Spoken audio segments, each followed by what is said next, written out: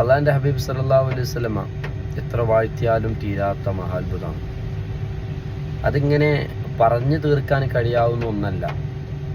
ഒരറ്റത്തിൽ നിന്നിങ്ങനെ പുകഴ്ത്തി തുടങ്ങാനേ കഴിയുള്ളൂ, അല്ലെങ്കിൽ പുകഴ്ത്തിയിരിക്കാനേ കഴിയുള്ളൂ.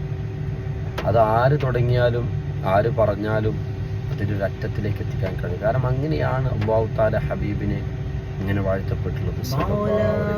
മൗലാ മൗലാ മേരെ മൗലാ മൗലാ മൗലാ മൗലാ മേരെ മൗലാ മൗലാ മൗലാ മൗലാ മൗലാ മൗലാ മൗലാ മൗലാ മൗലാ തരാനെ തരാനെ മാദേബ മൗലാ മുഹമ്മദ് മുഖദ്ദർ कर दो मौला मेरे मौला